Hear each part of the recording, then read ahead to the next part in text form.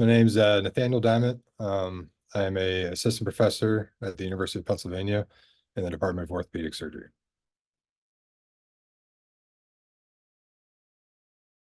So I started doing orthopedic research during my PhD studies in Dave Butler's lab at the University of Cincinnati. And he focused on tendon tissue engineering, which I didn't do in his lab, but I did a lot of other cool stuff. And then I continued on during my postdoctoral training with David Rowe at the University of Connecticut.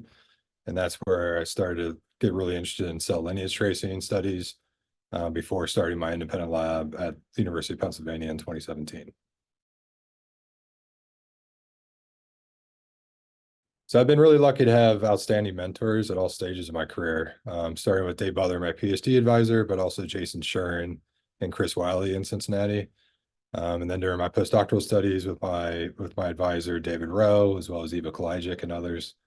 And then now as faculty, I have two faculty mentors I really lean on, Rob Mock and Lou Soslovsky.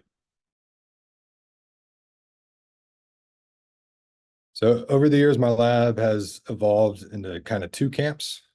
So one camp started as a PhD student when we found that hedgehog signaling was expressed within the fiber cartilage of the enthesis during development. And now we're using tendon bone integration studies with ACL reconstructions to study how the hedgehog signaling pathway regulates the production of mineralized fiber cartilage in these zonal attachments. And then the other half of my lab, which is kind of a newer frontier for me, which has been great since joining Penn, is more mechanobiology focused, and we're trying to understand how different mechanical cues, whether external applied loads or cell contractility, regulate cell fate of dense connective tissues, not only during development but also in adults and also in disease progression such as chronic tendinopathies.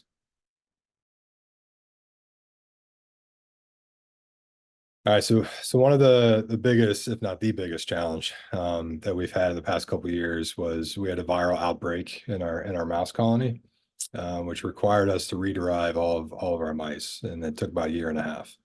But luckily, I have outstanding trainees and staff in my lab who kind of weathered the storm and have bounced back stronger than ever. So it's been good, but yeah, it was rough times for a while.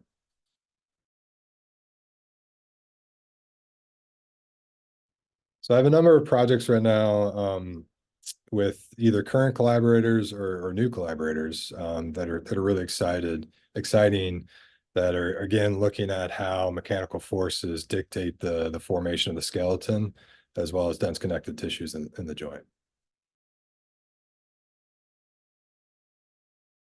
The ORS has always been my home society ever since grad school, and it's had some long lasting effects on me. For instance, I remember, I think it was my second ORS ever, seeing Steve Arnosky give a talk on a theory of mechanisms that lead to chronic tendinopathy, particularly overuse tendinopathy. And it really struck me that day. And then I went off and did other things. And now, 15 years later, I'm coming back to that mechanism and trying to figure out exactly what's going on. So it's been a really super supportive community, not only for me as a trainee, but also as junior faculty, that has welcomed me and my team, and allowed us to really experience outstanding science, but also presenting outstanding science to the world. So.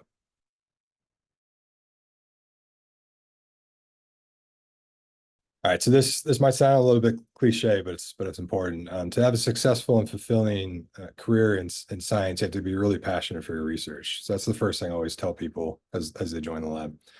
And the other thing that I've learned is you got to really celebrate the wins when they happen, because oftentimes they're few and far between.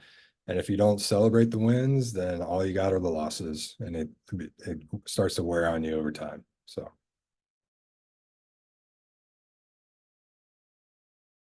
So honestly, it's been an amazing experience, and it's helped to kind of validate all the hard work done by my team. And I really appreciate the ORS, the Academy, and the OREF for the opportunity.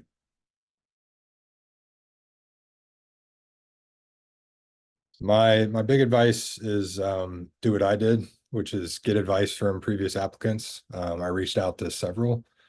And then I'm also lucky to have, faculty mentors that are much more organized than I was, or I am. And so we started planning this several years in the past. And so you got to prepare early and ask advice.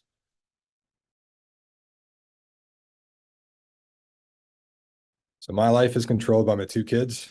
I have a 7-year-old boy and a 5-year-old girl. And so we have lots of activities where they're going to their sporting activities. They're playing football right now, or building lots and lots of Lego sets. Or my son got into Mark Rober's build boxes that he gets once a month. So those are most of what I do outside of lab is with them.